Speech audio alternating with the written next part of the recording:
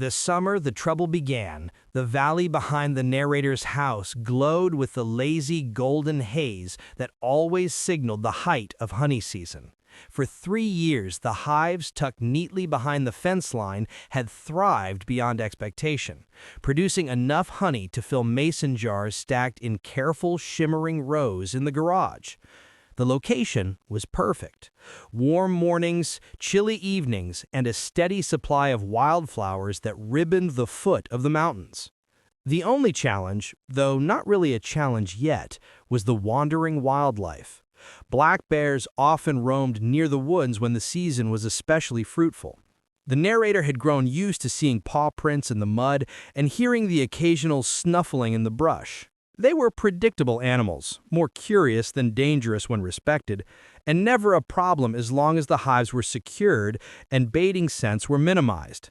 The hives were more than a hobby. They were a kind of personal sanctuary, a place to decompress from HOA emails about mailbox height, hedge trimming regulations, and lawn color uniformity. The HOA in this neighborhood prided itself on maintaining an aesthetic standard, a phrase that often meant conforming to the tastes of a handful of board members and the whims of one particularly loud resident, Karen. Every neighborhood had one, but this one came with a laminated rule book in her handbag and a pathological need to insert herself into others' business. Over time, the narrator learned that almost nothing escaped her scrutiny. She patrolled the sidewalks daily, scrutinizing decorative wreaths for seasonal appropriateness or peering over fences with a disapproving squint. Her attention had, until recently, never fallen on the beehives. They were far enough behind the property line to go largely unnoticed, and because they were technically within permitted guidelines for agricultural hobby installations, there was little she could protest even if she wanted to. But one morning in late July, the pattern shifted. It started subtly, an HOA bulletin with a vague note about unregistered outdoor installations. Then, at the next board meeting, a pointed question directed generally but undeniably toward the narrator's corner of the room asking whether any residents were maintaining hazardous wildlife-attracting setups on community land. Nothing was mentioned outright, but it didn't take a genius to know who had planted the seed. Karen had an uncanny talent for disguising personal grievances as community emergencies. Still, the narrator brushed it off. The hives were secure, the bears had been quiet this season, and the honey harvest was looking promising.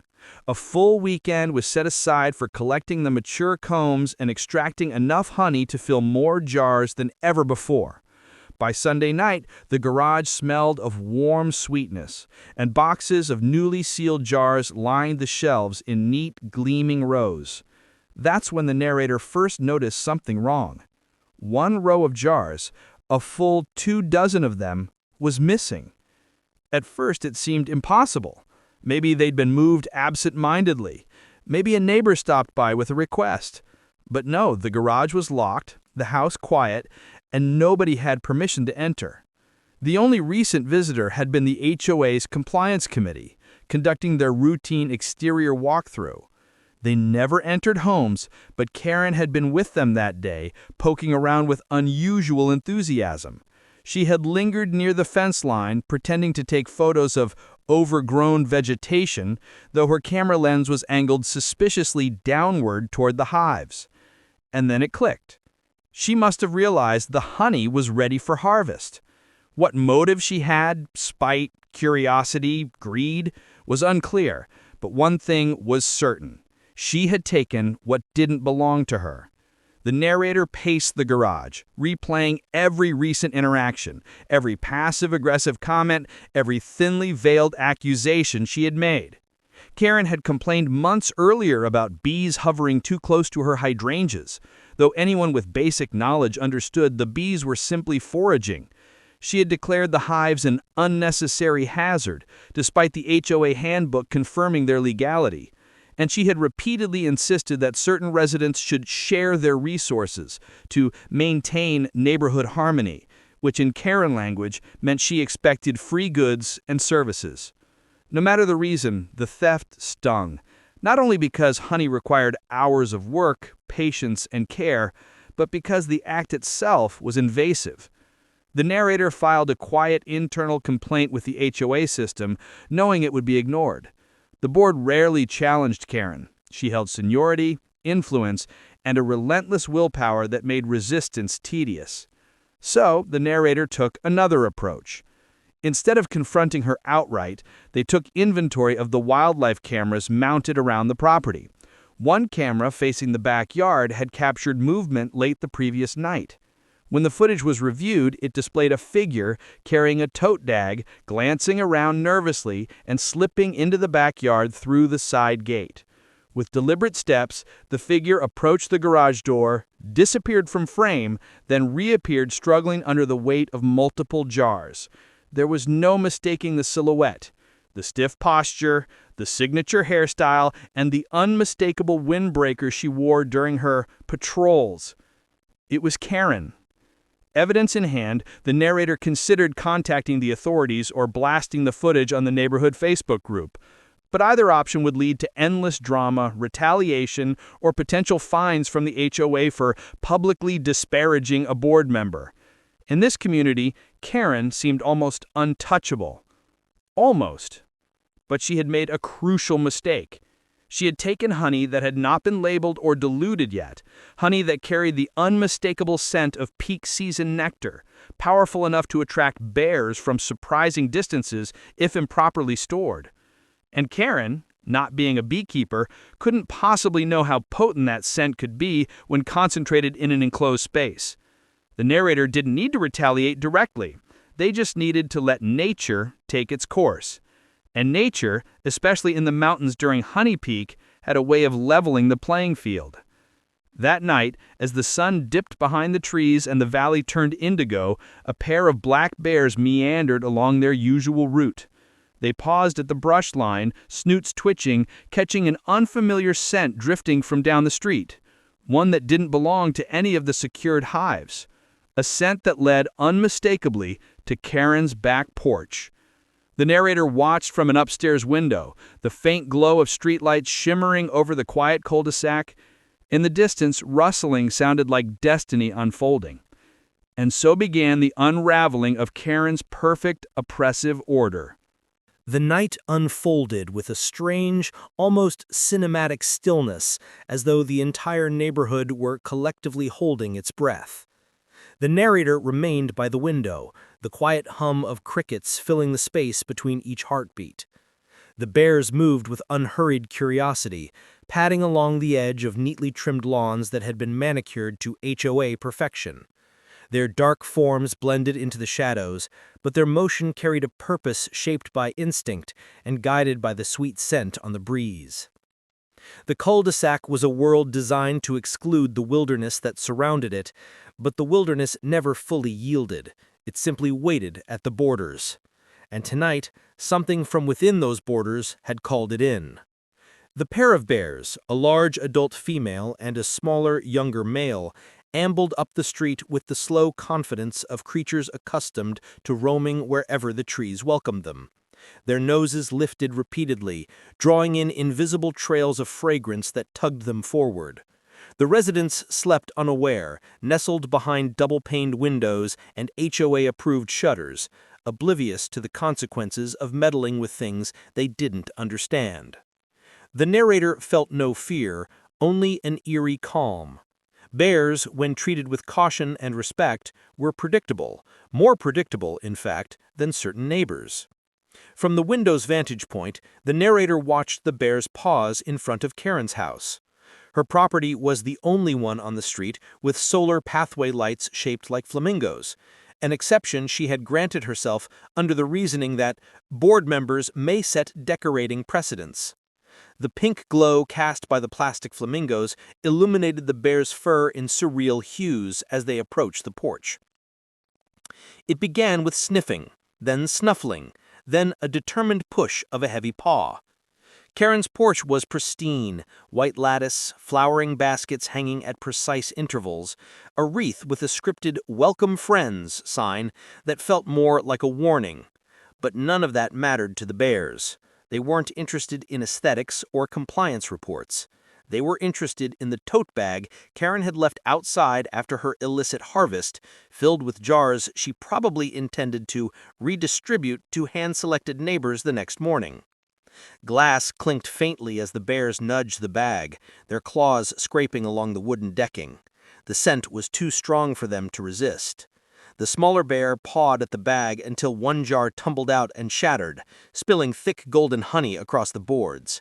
The aroma intensified instantly, and the larger bear joined in, lapping at the spread with deep, satisfied breaths. The narrator watched the scene unfold with a mixture of awe and grim satisfaction.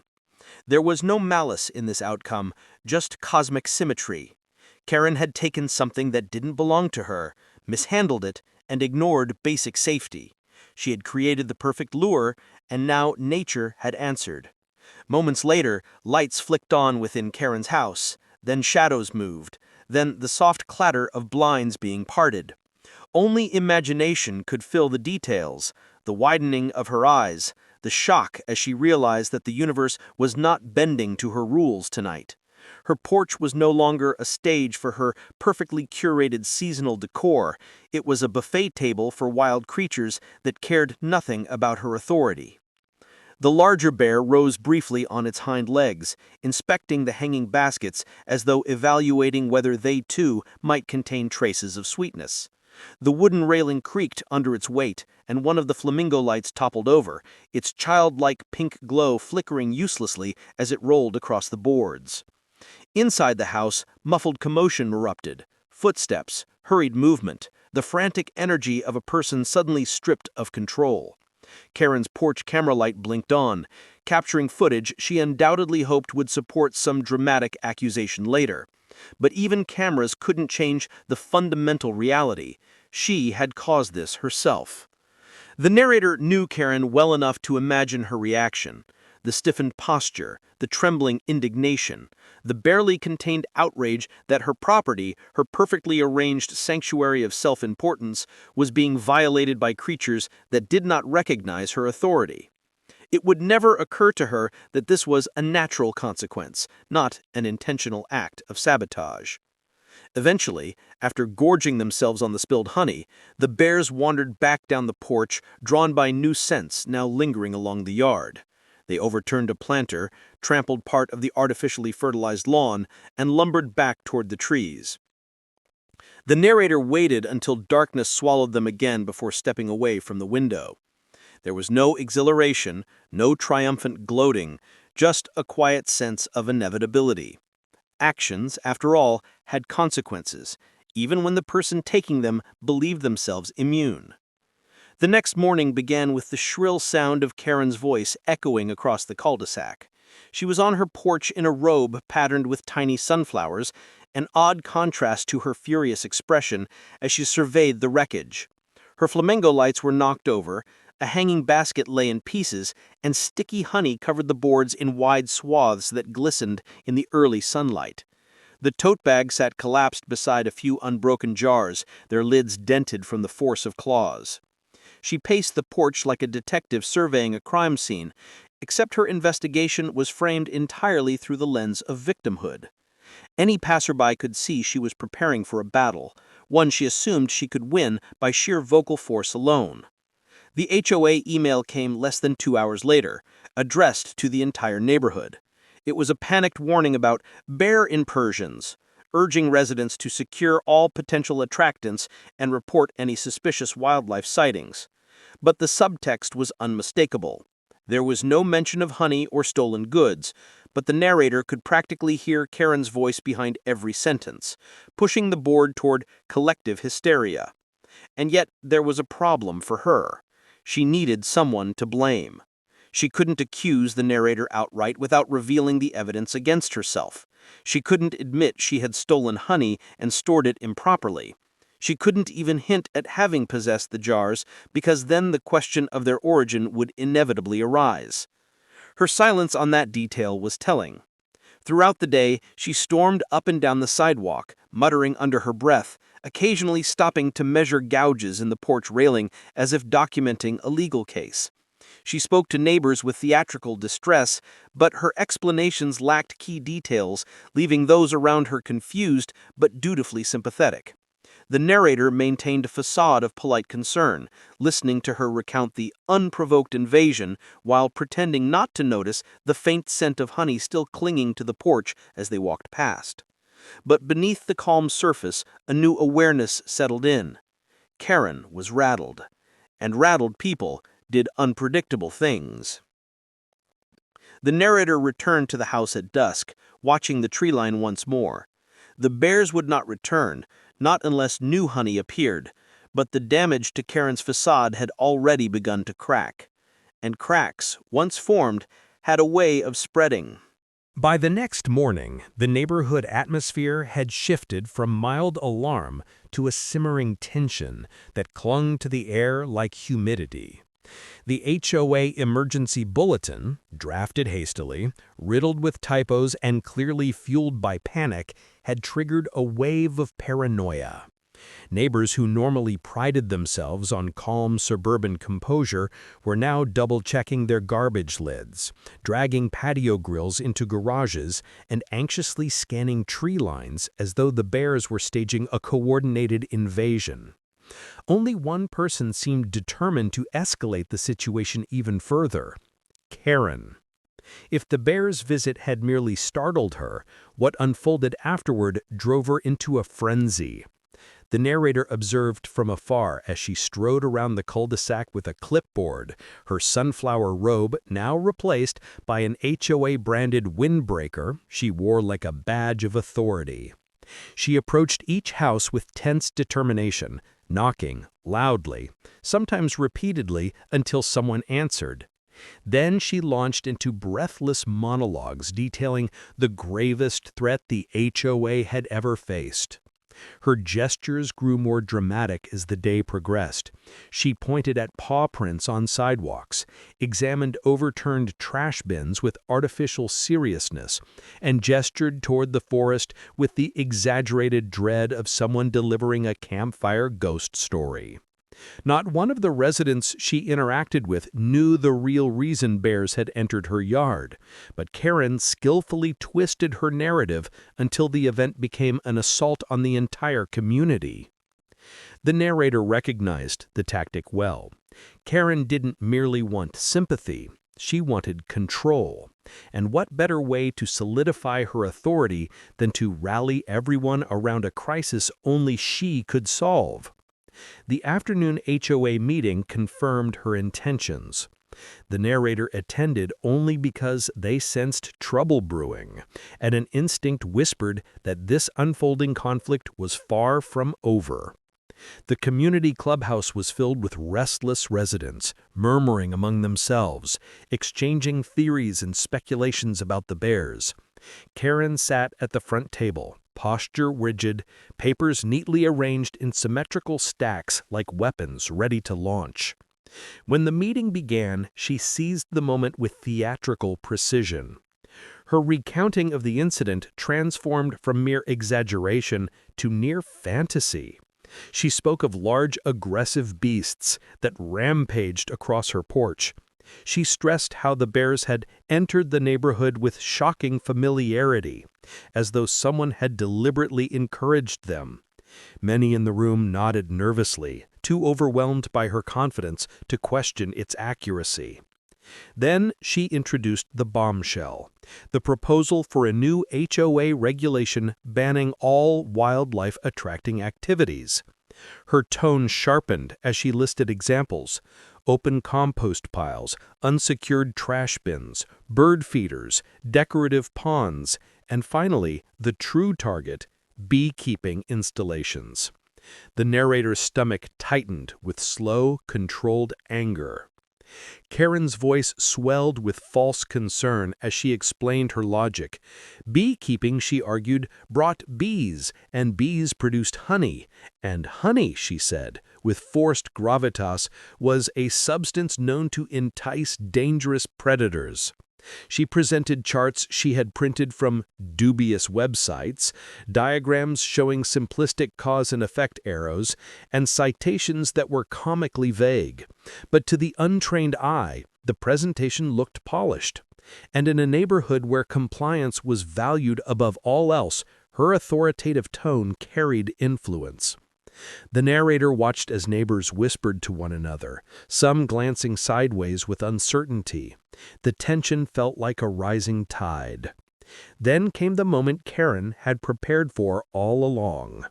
She proclaimed that unless strict measures were taken immediately, the bear situation could escalate. She insisted the community could no longer tolerate risky hobbies and demanded that the narrator's beehives be removed within 72 hours. The room fell into uneasy silence. The narrator didn't speak, not yet. Their silence was strategic. Karen expected a rebuttal she could use to frame them as combative or irresponsible, but they simply folded their hands, giving her no fuel to twist. After minutes of awkward quiet, the meeting adjourned, with Karen achieving her interim goal, instilling neighborhood fear and positioning herself as the savior. But even fear couldn't silence suspicion. As residents filed out, the narrator caught fragments of conversation, small cracks in Karen's influence. A few neighbors murmured about inconsistencies in her story.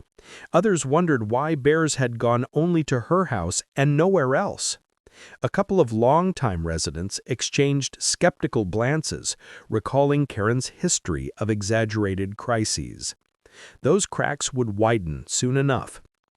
That evening, the narrator took a walk through the neighborhood. Sunlight filtered softly through the trees, painting warm patterns across sidewalks and manicured lawns. The quiet suburban order, normally comforting, felt temporarily fragile, poised between reason and hysteria. It wasn't the presence of bears that threatened the neighborhood, but the behavior of one human who didn't understand boundaries. At home, the narrator reviewed the wildlife camera footage again. The still frames of Karen sneaking into the yard, stealing the honey, and leaving behind traces of her crime were clear and undeniable. But releasing the footage prematurely would escalate matters unnecessarily. It needed to be used at the right moment. For now, letting the tension build was more effective. As dusk deepened into night, the narrator inspected the hives, reinforcing the perimeter and securing the locks. The bees buzzed with evening calm, unaware of the political drama swirling around them. They had work to do, honey to make, flowers to visit, colonies to strengthen. They continued with their rhythm, unaffected by Karen's bluster. The narrator considered the bears. It was unlikely they'd return without another food source nearby.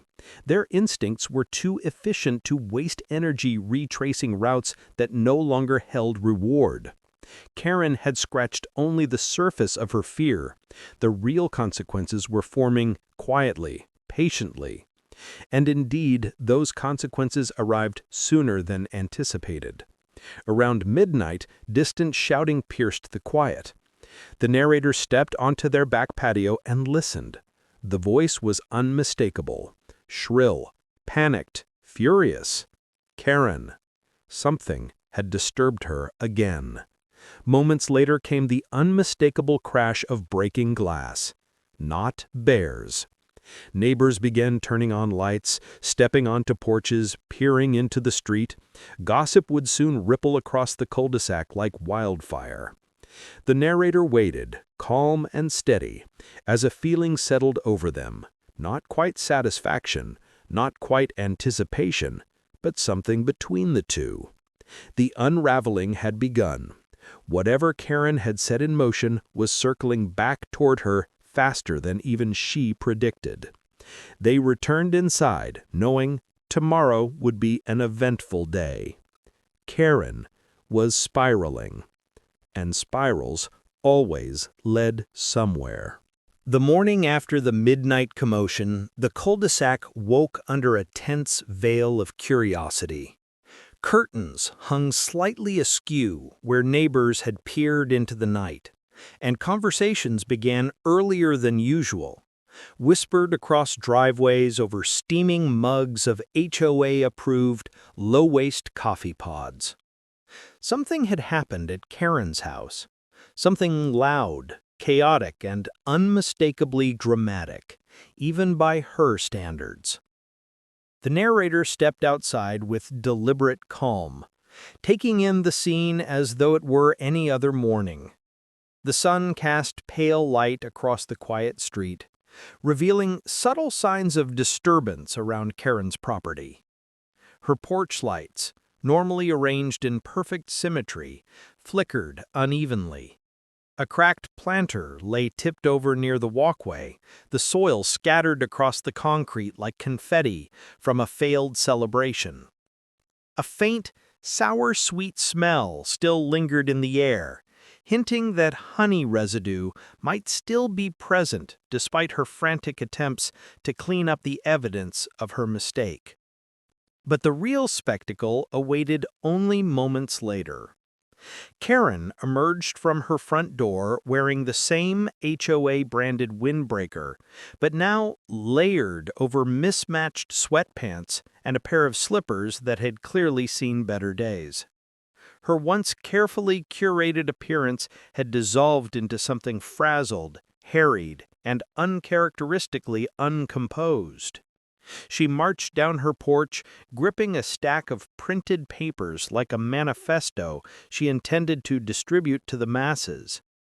Immediately, nearby neighbors gravitated toward her, some out of genuine concern, others out of equal parts gossip and amusement.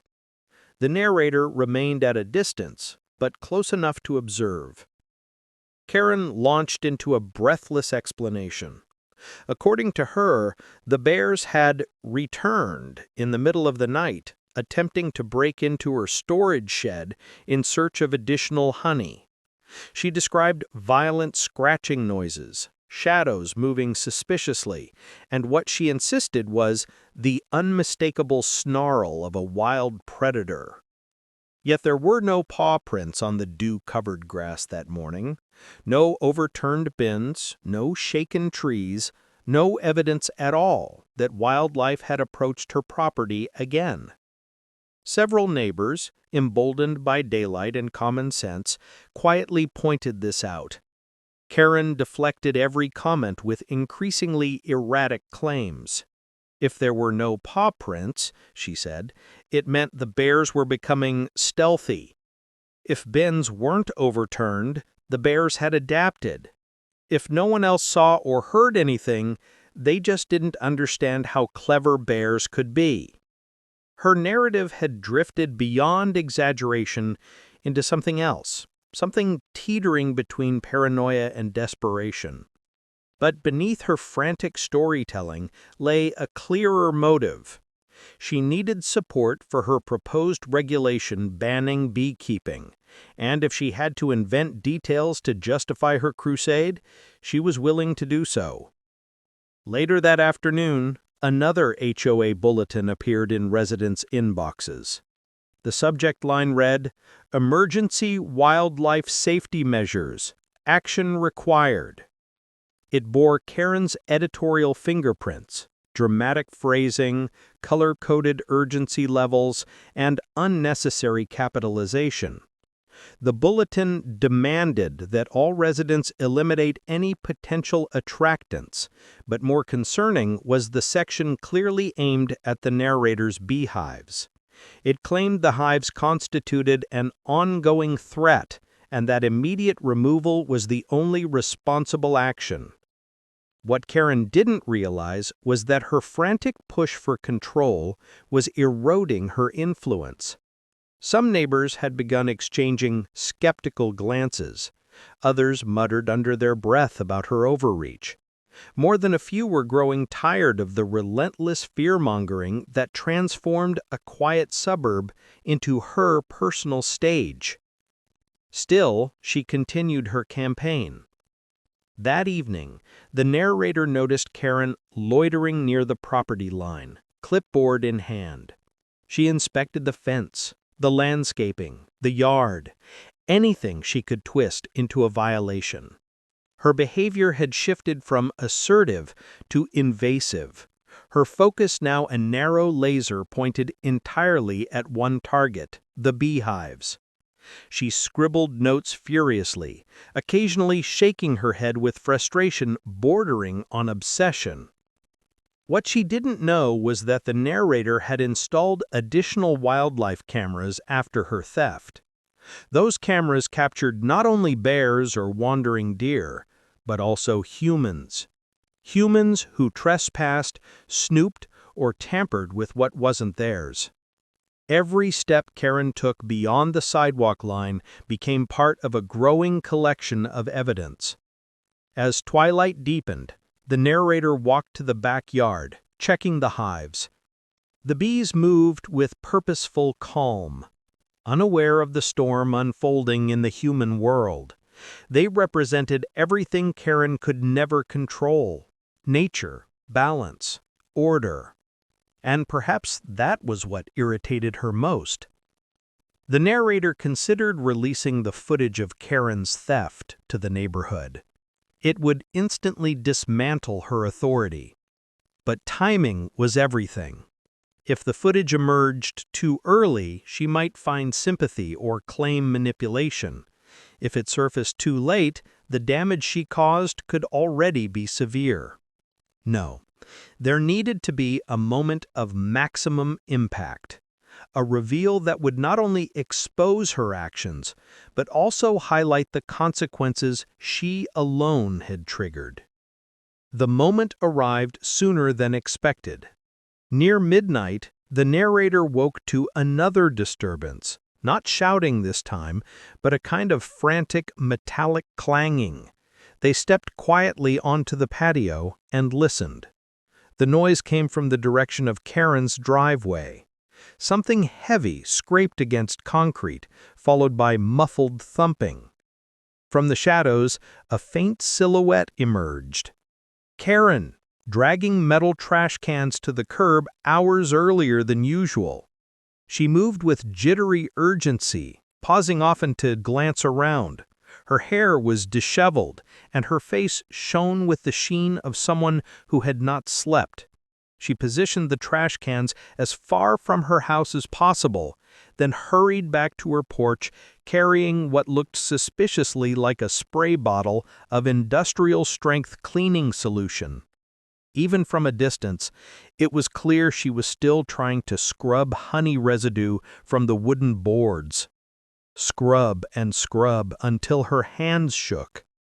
The narrator understood now. She wasn't just afraid of bears.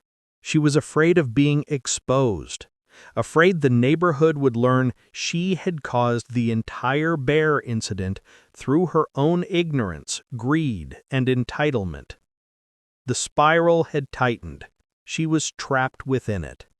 As the moon rose higher, illuminating her frantic motion, the narrator realized the story was reaching its turning point. Karen was unraveling faster than anyone could intervene.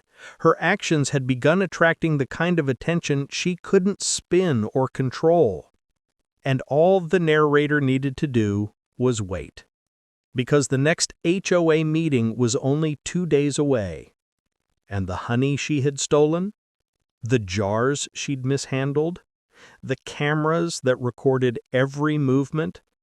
All of it would finally come together. The narrator returned inside, letting the night swallow the remnants of Karen's desperation. Tomorrow would set the stage. The truth was ripening, just like honey. 2 days before the HOA meeting, the neighborhood existed in a state of suspended tension. Everyone sensed something was building, but no one could quite articulate what.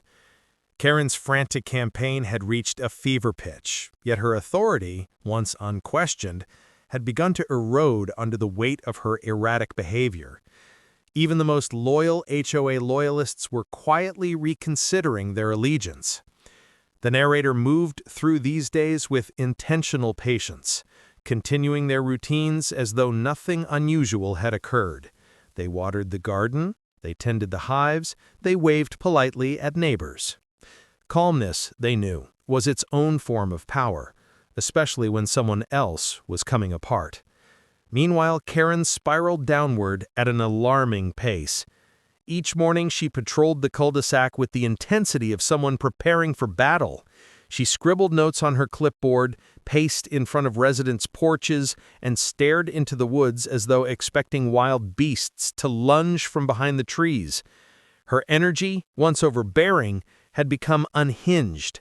She barked orders about trash can placement, lectured neighbors on wildlife protection responsibilities, and offered tutorials, unsolicited, on how to secure pet food indoors. Residents began avoiding her. Some crossed the street when they saw her approaching, others retreated indoors at the sight of her windbreaker. Even suburban politeness had its limits. Word spread quickly about her midnight episodes. The clanging trash cans, the frantic pacing, the attempts to scrub invisible honey from her porch. It all added to a portrait of someone losing her grip, and yet Karen refused to acknowledge any missteps. On the contrary, she insisted the neighborhood needed stronger leadership in the face of clear and present danger. Her paranoia even extended to the narrator. Twice she was caught hovering near the property line, staring at the beehives with a mixture of fear and resentment. Once, she retreated only when the narrator calmly stepped outside, giving her a wordless acknowledgement that sent her hurrying away with stiff, rehearsed dignity. But the narrator wasn't bothered. They had everything they needed: the footage of the theft, the bear incident, the late-night trespassing, the obsessive surveillance. All that remained was the right moment to reveal it, and the HOA meeting would provide that stage.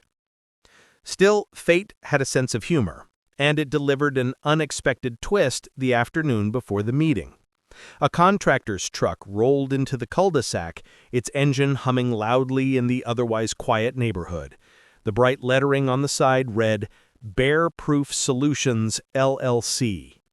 The narrator watched from their window as two workers stepped out, carrying heavy metal panels, latches, and sealed bins. They approached Karen's house. She greeted them with the frantic enthusiasm of someone who believed reinforcements had arrived. She pointed wildly at her porch, gesturing toward imaginary hazards, recounting a tale so distorted it resembled a children's cartoon more than reality. The workers exchanged skeptical glances, but nodded politely. They were being paid, after all. For the next hour, they installed every bear-proofing measure imaginable: reinforced trash bins, metal grates around the crawl space, motion-activated sirens, even a protective barrier around her porch. Karen supervised, offering commentary on wildlife predator patterns based on her self-proclaimed expertise. The installation only amplified neighborhood curiosity. Residents gathered discreetly on sidewalks, whispering about why Karen alone was investing in such extreme precautions. Some questioned whether she had a valid reason to fear a second bear visit. Others wondered, quietly but persistently, whether she was hiding something. The narrator merely watched, letting the situation ripen. Every new development only strengthened their position. The next morning dawned bright and cloudless, the kind of crisp, fresh day that looked innocent from the outside, but hummed with underlying significance. The HOA meeting was scheduled for that evening, and an air of anticipation spread through the neighborhood. The narrator spent the day preparing, not emotionally, but strategically. They sorted the wildlife footage into a clean, chronological format. First, Karen entering the backyard, then removing the jars, then leaving with the tote bag, then the bears arriving at her porch, then her frantic late-night attempts to erase evidence, finally her trespassing behavior. It was a sequence that required no embellishment. The narrator had no intention of humiliating her. The goal was clarity and accountability. But Karen, blinded by her own obsession, couldn't possibly foresee how cleanly and completely her narrative would collapse. As the sun dipped behind the trees and the meeting hour approached, the narrator walked to the clubhouse with quiet confidence. Neighbors gathered in small clusters, waving politely, murmuring greetings. There was a palpable charge in the air, an unspoken curiosity about what the evening would bring. Karen arrived moments later, bursting through the door with a bulging binder of papers, diagrams, wildlife safety pamphlets, and binders marked with tabbed sections such as threat analysis, community risk factors, and unauthorized activities. Her windbreaker was zipped to her chin, and her posture radiated barely contained frenzy. She greeted no one. She didn't need to. In her mind, she was arriving as the hero of the hour. The meeting began with the usual pleasantries, roll call, minutes from last session, financial updates. Karen tapped her foot impatiently, barely able to contain her excitement as her agenda item approached. Finally, the HOA president announced the wildlife safety discussion. Karen shot to her feet with triumphant energy. She launched into a lecture thicker than molasses, explaining in feverish detail the learned behavior of the local bears, the reckless endangerment caused by improper honey management, and the irresponsible activities certain unnamed residents had engaged in. Her speech grew increasingly dramatic, culminating in a demand for the immediate removal of all beehives within the community. Neighbors exchanged uneasy glances. Some folded their arms, others frowned. And then the narrator rose slowly, calmly. They walked to the projector at the front of the room. Karen's voice faltered. For the first time in days, she hesitated. The narrator announced they had security footage relevant to the wildlife discussion, footage that might clarify the cause of the bear incident. A murmur rippled through the audience. The HOA president allowed the presentation. The room dimmed. The first video began to play. Karen on camera, Karen entering the backyard, Karen removing the jars, Karen carrying it home, Karen placing the jars on her porch. Silence fell over the room like a dropped curtain. Then the footage of the bears consuming the spilled honey right on her porch. Then the late-night trespassing. Then the frantic scrubbing, then the obsessive surveillance. The final clip ended. The lights came back on. No one moved. Karen stood frozen, binder clutched in stiff fingers, her face pale and rigid as icing left too long in the sun. She stared at the narrator with pure disbelief, as if struggling to understand how her carefully controlled narrative had unraveled so completely, so publicly. No one spoke. Not her allies, not the board members, not even the HOA president. Then, almost imperceptibly, the tide shifted. Neighbors turned toward the narrator, not with judgment, but with quiet acknowledgement, understanding, even gratitude. And toward Karen with something different entirely. The meeting had ended the debate, but Karen's reckoning had only just begun.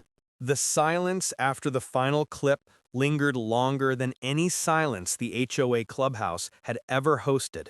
It wasn't merely quiet. It was stunned, reverent, and heavy with the weight of realization. For months, perhaps years, Karen had operated with unchecked authority, shaping neighborhood norms to align with her preferences, her fears, her grievances. But now, for the first time, her power stood exposed in the full light of communal scrutiny. She swallowed hard, but no words followed. She reached for her binder, as though it could somehow shield her from the truth playing across every face in the room. But the papers and charts, her precious props, now looked flimsy in her hands, reduced to useless clutter in the wake of cold, undeniable evidence. The HOA president, normally deferential toward her, cleared his throat with unusual firmness. He didn't address Karen. Instead, he addressed the room. The facts were clear, he said. The bears had been lured, not by negligence, not by beekeeping, not by community-wide habits, but by a single resident mishandling stolen honey. His voice remained measured, but the message landed with the force of a falling tree. Heads nodded, murmurs began to spread. The narrator stood back, observing as the truth settled. For once, Karen couldn't twist the narrative. She couldn't deflect. She couldn't blame anyone else, not without contradicting the very footage that had captured her actions in stark, undeniable detail. When the HOA opened the floor for resident comments, a shift occurred that Karen had never anticipated. Neighbors spoke not with hostility or cruelty, but with steady, matter-of-fact clarity.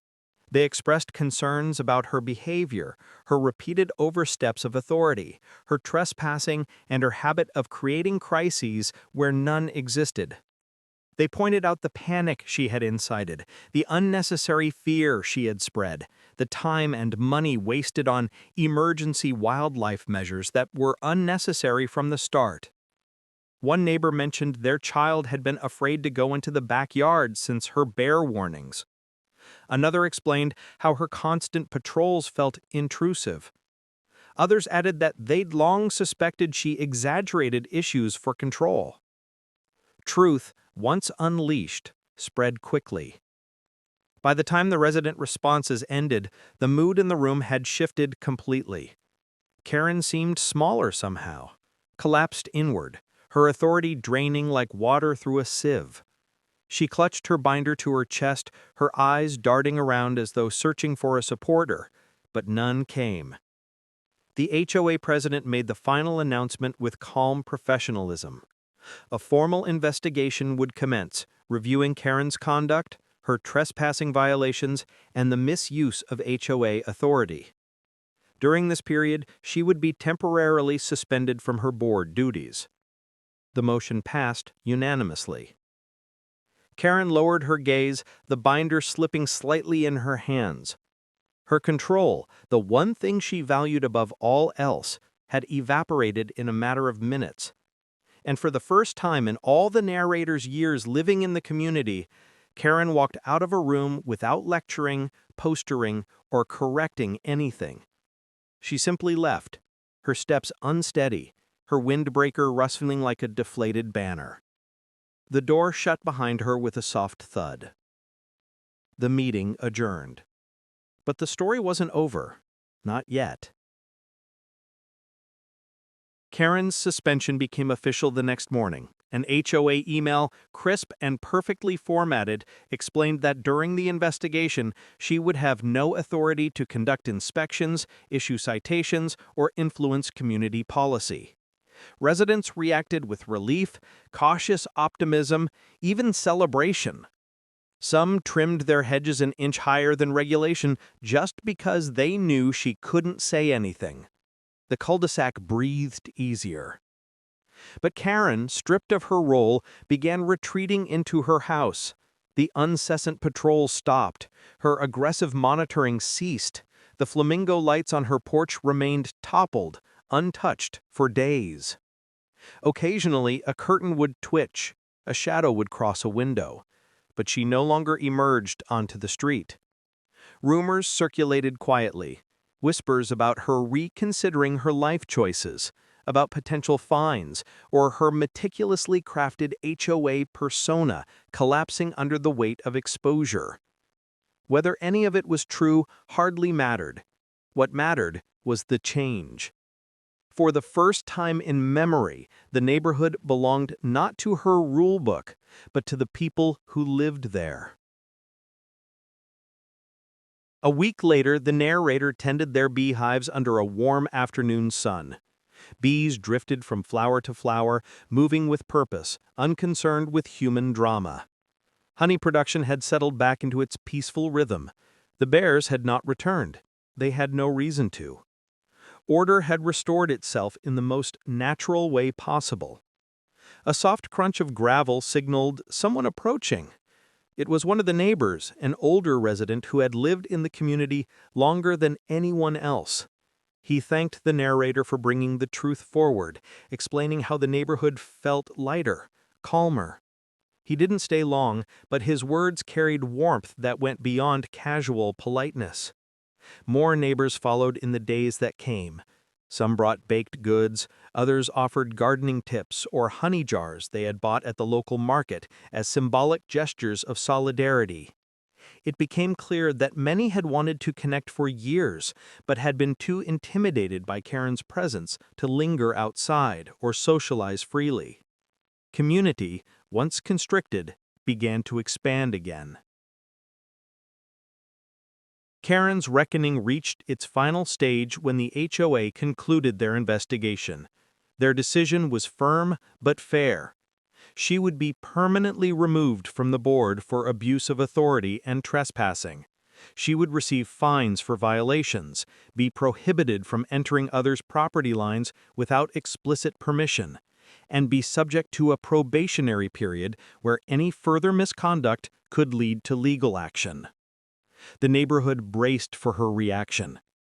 Surprisingly, none came. Karen remained indoors, her presence reduced to the faintest background noise, a door closing softly, a curtain shifting slightly. She no longer stood tall at the center of every conflict. Her voice no longer echoed through the cul-de-sac like a warning siren. Whether she reflected on her actions or simply sulked in private, no one knew. But the neighborhood, freed from the tension she once generated daily, moved on without her. Weeks passed. The narrator harvested a new round of honey. This time the jars lined the garage in neat, gleaming rows once again, but now with a stronger lock and reinforced shelving just in case. Bears stayed where they belonged. The camera footage remained safely archived, no longer active ammunition, but a reminder of what had been overcome. The hives thrived. The neighbors thrived. And the narrator found peace in the quiet rhythms of working the land, tending the bees, and watching the valley glow gold in the late afternoon sun. Nature solved what arguments could not. Honey had revealed what words could not. And consequences had arrived in the most poetic way possible. In the end, the black bears hadn't just claimed the stolen honey. They'd claimed Karen's power, without ever even knowing her name.